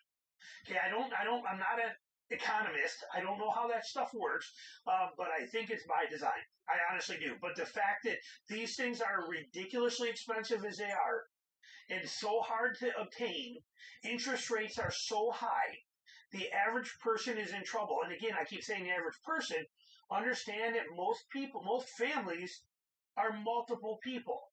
So they're hurting more than once. Okay, it's not just a truck. Now you may get some that'll have one nice family vehicle, truck, whatever it is, and then the other vehicle they have might be something cheaper and used than just another vehicle. That's fine too, whatever it works and however it works. But it is a shame that where just literally 5-6 years ago, you could, every family, you could go out, you could lease 2 brand new vehicles and drive them worry free, and everything was fine, and your payments were $250 a month on each one of them, $500 total for it. And one of them being a truck, the other one being a little SUV, and you had $500 total in payments on leases, and then you traded in every 3 years, you moved on to the next one, and everything was fantastic. It's wild thinking back just 5 or 6 years ago when leasing a brand new car for around $250 a month was totally normal. Now, with soaring prices and brutal interest rates, walking onto a dealership lot feels completely out of reach. When everyday working families can no longer afford a standard vehicle, you really have to wonder how we got to a point where basic transportation feels like a luxury. It's too much. Saying $7 for 10 slices of cheese. I need to get the fuck out of the US. Everyone's been talking about their steer ice and how outrageously priced it is. Economy is so bad. $33 for toilet paper? We can't even afford to shit. My God, everything's so expensive now. $10.89 for nothing. $13.99 for a goddamn watermelon. We're at the grocery store, and the eggs are $17.49. I'm about to show you $10 for the groceries in America. Bread and eggs. $10 for bread and eggs. Good job. Let me go steal the car. $40.60 for a fruit tray. Yeah, that's staying on the shelf. $6 fucking for a box of cereal. Who can afford this shit? This is fucking crazy. Then you eat this shit, and your mouth gets stuck together with this bullshit. So you're gonna have to eat this to taste. This is crazy. What the fuck is the world coming to? And $100, and it's just me and my husband. I'm like, how are people affording to pay for kids and their family? Oh my god, I spent $100 in just this. This is not a law for $100. It's so crazy how everything's just so expensive now. God, I don't even have kids yet. This is why budgeting feels so difficult for many people today. You can cut back, avoid unnecessary spending, and still feel like you're falling behind because the cost of essentials keeps increasing. The problem isn't always poor money management. Sometimes the numbers simply don't work anymore.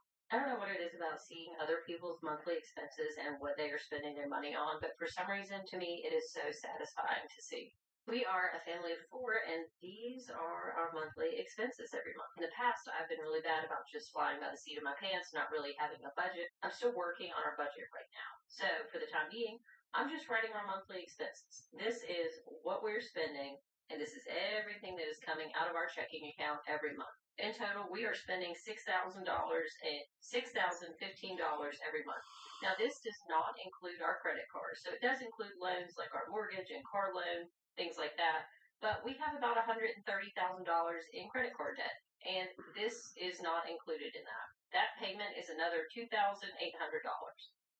What's worth noting here is that even without factoring in the massive credit card debt, this family's monthly expenses are still a heavy burden for many people. Housing, groceries, transportation, insurance, and everyday bills add up much faster than most think. Of course, there are expenses that can be cut, but the bigger issue is that many of these costs are no longer out of the ordinary. This is the reality facing countless families, trying to maintain a normal life while every basic expense keeps getting more and more expensive. When the American dream is nothing more than red-hot bills and powerlessness, it's time to stop hallucinating. Look inflation in the eye to know where you stand. Thanks for watching, and see you in the next videos. Turns out social media is impacting whether or not I get the job. Oh my god. I really just got fired because of my TikTok. I don't know. I didn't do anything wrong. Posting a quick TikTok clip only to lose your entire career. This oversharing habit never cools down. And today, we're breaking down the most infamous self-destruction moment. Let's go. I just lost my job today. No warning. No nothing. They wouldn't even tell me why. I don't know.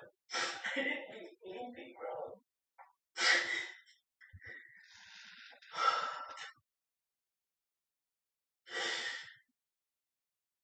I have no savings. I have nothing. I just don't. I got in the exit interview, and they said, today's gonna be your last day. My manager and my director was on the call. And then they were like, the decision has already been made, so we really don't have anything to hear from you.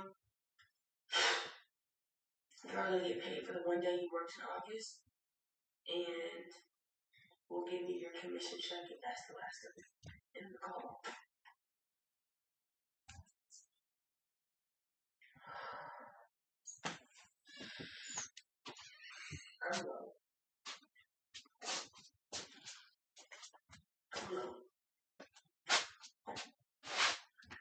So I was fired from my new office job that I had for just about 2 months. It was over a TikTok video that I made on June 14th. If you want to go look at it, it's still up. The video was not nice by any means. I don't pretend to be nice all of the time. Actually, in that video I said the video was me saying I like to be nice, I like to be loving and kind, and I want people to like me, and I want to like people, but I'm incredibly evil when provoked. And they went on to say some very not nice things, and that's fine. I don't care. Like, I don't have to be nice 24/7. Being like is not a crime. And I'm never gonna give in to this notion that we represent our employers 24/7 and we have to be ultra careful with what we put online because, our employer might get upset by it. If you're gonna get upset by it, then I don't care. I literally don't care. I will not give into this notion that we represent our employers 24/7. I am not Miss America. I am not a Disney princess. I do not have to be a walking billboard for your company. And I go to great lengths actually to separate my professional life with my legal name from my social media life. So, TikTok was never meant to be your personal diary hidden under the mattress. It's a global broadcasting station.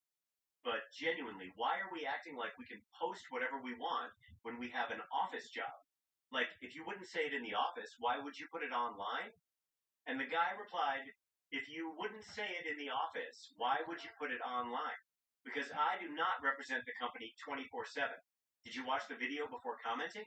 Expecting employees to be business appropriate 24/7 is a psyop. I got fired for posting this TikTok. My boss saw it 2 weeks after I posted it and fired me for talking when I didn't say the hourly pay she was paying me or where I worked. And I told her in person on my first day how difficult the day was for me. And if you're wondering what he actually said in the previous video, I'm about to show you right now. Here's the thing, like, I'm only evil when provoked. You know what I mean? Like, I want to love on people, and I want people to like me. Like, that's just how I am generally, okay? But if you are rotten to the core, I will absolutely be wishing bad things on you. And I don't care. And if that makes me a bad person, then I'm a bad person. I sleep just fine at night, okay?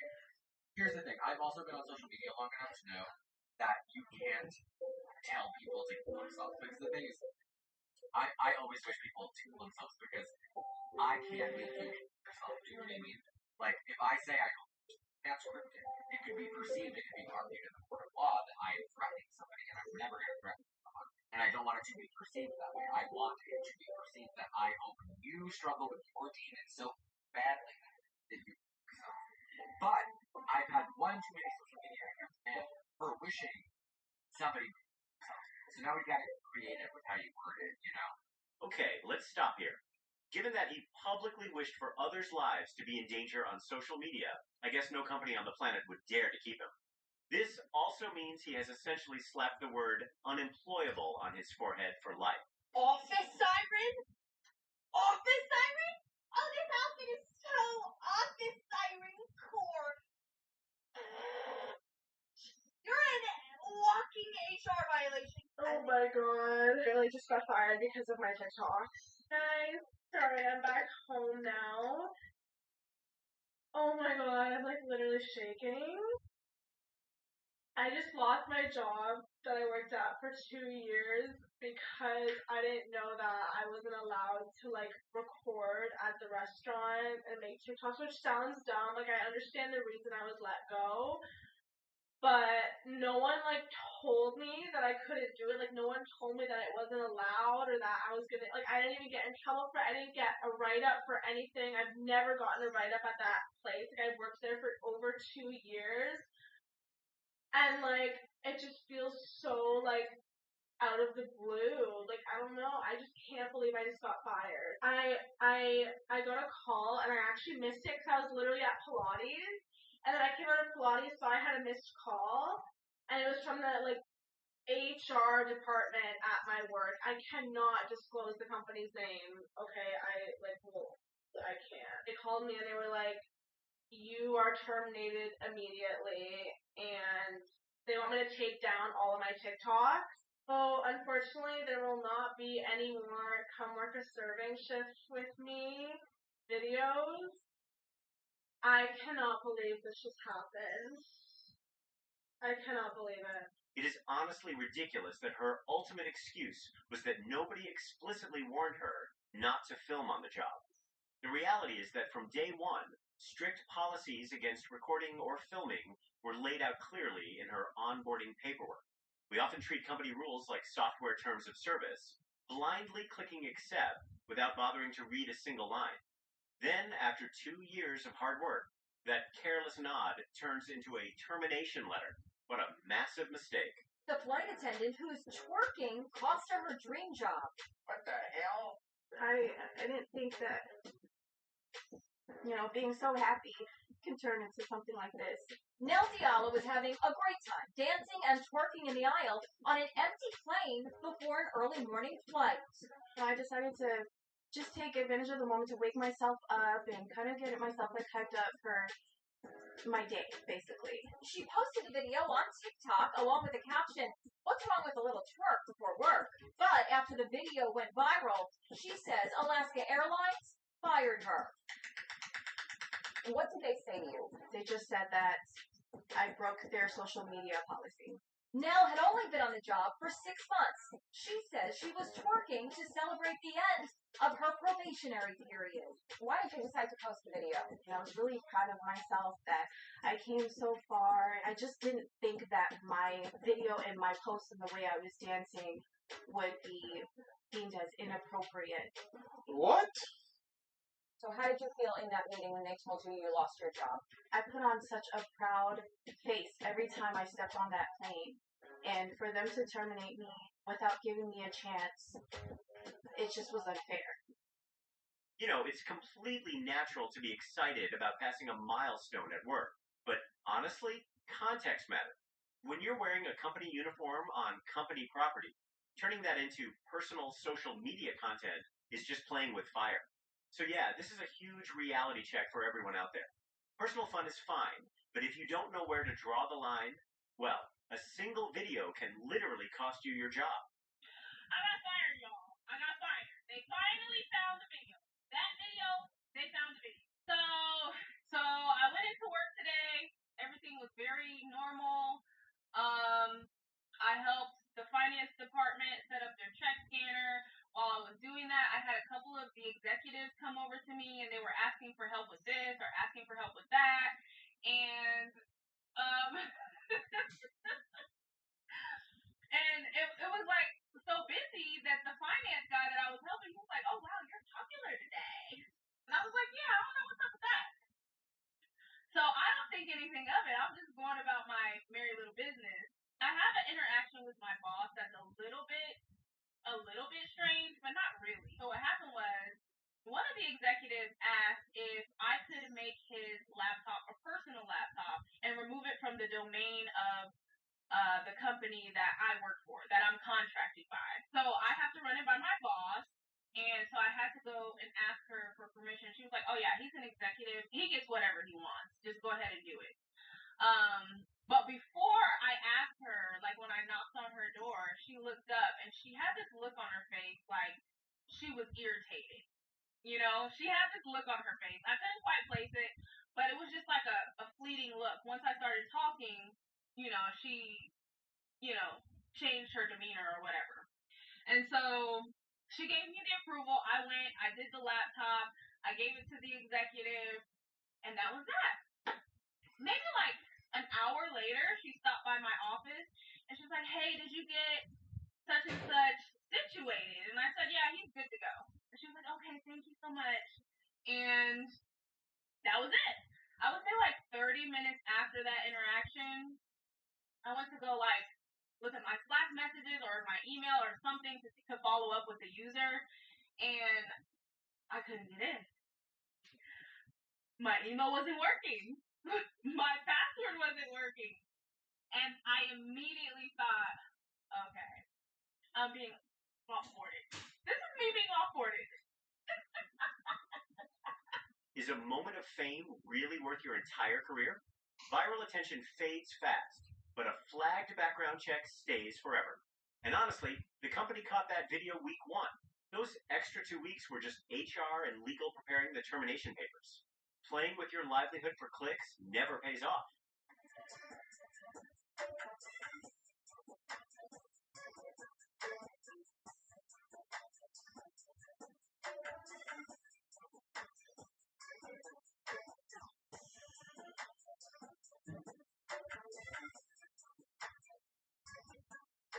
Not my fault. I would have never done anything to jeopardize it.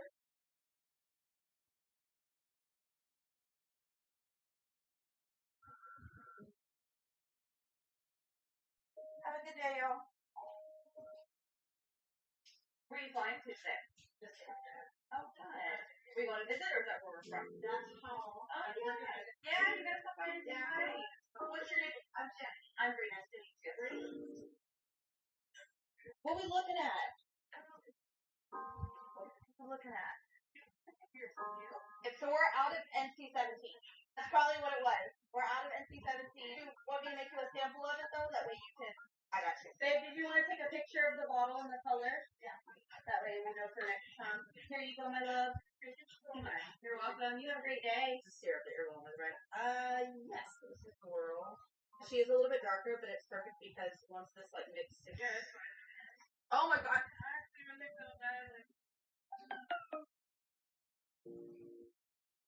Basically, she's a Mac counter manager inside this airport, just recording a day in the life video and sharing it on TikTok. But you know what? This is a serious violation of airport security rules, and she didn't just have one video. The takeaway here is, don't gamble your job or airport security for a little bit of TikTok clout. If you're smart enough to avoid doing crazy crap like that, subscribe right away to stay sharp and keep your career safe with me. So, I had an email from a lady in HR about my dress attire for work. Apparently it's inappropriate. I think it's too bad. Okay, so today is the day I've got my meeting with Paula helping me. So I messaged her today, so she told me that. Well, it is woke up. Let's see what she said. I must admit that it's slightly disappointed to see the interest today. Okay. Following on the email. I just speak to Matt and there was no issue. Really, I don't think he's in a position to say you need to address this issue because we are. I don't think that's my fault if I'm distracting other members of staff. That's not on me, Paula. That's kind of on them. The comments I have that are you that I think are trying to begging attention. Okay. Yeah, okay. Yeah, noted. Are you going to do anything differently? Sure, I guess I'll go shopping this weekend. Thank you very much for your time, I suppose. Right. So instead of handling the problem like a mature adult, her immediate reaction was filming it for the internet to judge. That exact misplaced priority is the fastest path to a termination letter, ma'am. Story time about how I just got fired from my job this week for making a TikTok. So last week I worked on New Year's Day, and that was the last time I worked. So New Year's Eve. Sorry, New Year's Eve day. And that night I got a call, and I was asked to explain Christmas Day, which I made a TikTok with two other girls that I worked with. And so I admitted that, it was my idea. I picked the TikTok. And then they were, asking me, did everyone know you were gonna post it? And of course,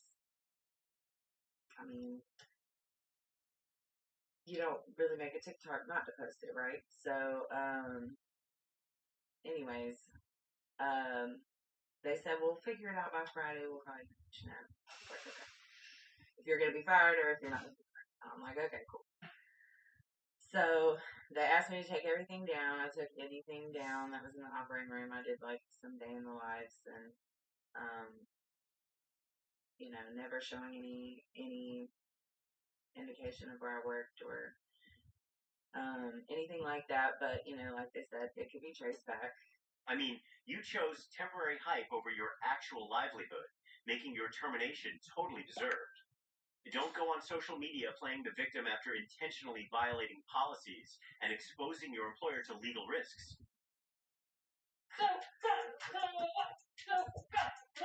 It was a cell phone video that set off a nationwide controversy. A Native American student had recorded a math teacher at John W. North High School in Riverside wearing a fake feather headdress, dancing in class, while possibly trying to articulate a mnemonic device for trigonometry called Sokotoa. This teacher is going viral on TikTok and all social media, and you're not going to believe why. And this is what happened. This teacher was using her classroom to make videos. I'm not going to go into details, but use your imagination on what type of videos she was making. In the beginning, everything looks normal. The teacher has her team sweater, smiles all around. Patrick and SpongeBob, 0 to 100 real quick. Sweater goes up. She starts playing with her maracas. Out of nowhere, she does a 360. She does a full moon to the camera. La langosta is showing. Hairs all over the place in 4K.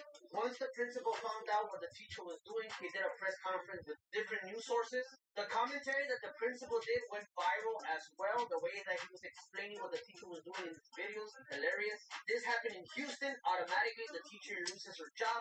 Authorities are now investigating what she was doing. I understand that a lot of teachers are not getting paid well, so they're looking for extra income, but this is not the way to do it. Maybe make those videos at home, somewhere else, but not inside the school. The classroom is never anyone's private space. It belongs to the school district, the taxpayers, and the parents who entrust their children there every morning. The second you turn